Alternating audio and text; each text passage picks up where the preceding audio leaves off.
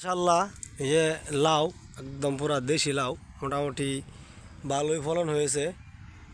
দেখতে পাচ্ছেন লাউ বিশাল আকারের ক্ষেত, মোট 8 কাঠা খেতে লাগানো হয়েছে, অনেক বড়। কিন্তু সবচেয়ে মজার ব্যাপার হচ্ছে দেখেন কি একটা পদ্ধতি দেখছেন, এটা মাটির সাথে কোনো সংযোগ নাই। এই যে বস্তাটা দেখতে পাচ্ছেন, এই বস্তাটা পুরোটা মাটিতে ভরা হয়েছে, মাটি, সার, জৈব সার, এবং কি এই যে মুরগির খাবার এবং মুরগির বীজটা, মরা মুরগি দিয়ে এটাকে সার বানানো হয়ে সার তৈরি করা হয়েছে, হয়ে এই যে বস্তাতে ভরা হয়েছে, মাটি, সার, জৈব সার মিলায় ভরে এখানে গাছ রোপণ করছে। মোটামুটি গাছ ভালোই হয়েছে, ফলনও ভালো হইতেছে, খারাপ না। তবে একটু সমস্যা হচ্ছে যে বস্তাতে গাছ রোপণ করার কারণে ফলটা, রসটা কম পাইতেছে, এই জন্য গাছটা প্রায় গাছগুলো লাল হয়ে যাচ্ছে।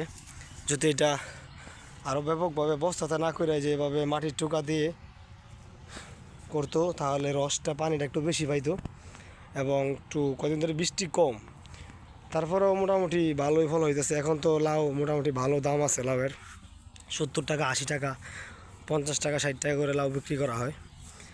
তো মোটামুটি ভালো একটা লাভবান হওয়ার আশা ছিল যদি গাছগুলো টিকতো।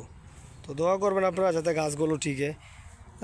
বৃষ্টি, দু একটা বৃষ্টি ঘন ঘন হয়ে গেলে আবার আশা করি গাছগুলো ঠিক হয়ে যাবে। এই যে লাউ, দেখা যাক কী হয়। তো বেশি বাগানটা বেশি পুরানো না, নতুনই, অল্প কিছু লাউ কাটা হয়েছে, বেশি লাউ কাটা হয় নাই। মোটামুটি ভালো একটা, অনেক জায়গা জুড়ে গাছ লাগানো হয়েছে, দেখতে পাচ্ছেন। গাছগুলো তেমনভাবে এখনও ছড়াইছে না, এই যে বললাম না, এই যেভাবে বস্তাতে লাগানোর কারণে বেশি একটা রস পায় নাই, যার কারণে গাছগুলো বেশি একটা ছড়াইছে না। তো দেখা যাক শেষ পর্যন্ত কি হয়। তো আমরা কৃষক ভাই যেন দোয়া করবো যাতে সেই যে বাগানটা করছে লাউয়ের, লাভবান হইতে পারে। সুন্দর একটা পদ্ধতি, উপরে লাউ, এরপরে নিচে যে গাছ যেগুলো দেখছেন এগুলো হলো বেগুন গাছ। উপরে গুড়ি দিছে, গুড়ির উপরে লাউ, আর নিচে জমিনে হলো আপনার বেগুন লাগাইছে, মানে একসাথে দুইটা জিনিস চাষ করছে। আমরা তো যে উপরের অংশ দেখাই তাহলে দেখতে পারবেন বিশাল এরিয়া জুড়ে লাগানো হয়েছে।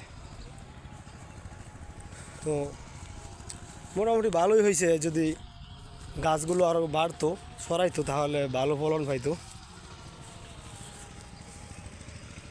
এই যে পদ্ধতি, তবে লাউ লাগানোর পদ্ধতিটা আমার কাছে ভালো লাগছে, খুবই সুন্দর একটা পদ্ধতি, নতুন একটা পদ্ধতি দেখলাম, তো বস্তাতে লাউ চাষ করছে। আচ্ছা, ধন্যবাদ। ভিডিওটা যারাই দেখছেন সকলে একটু শেয়ার করে দেবেন।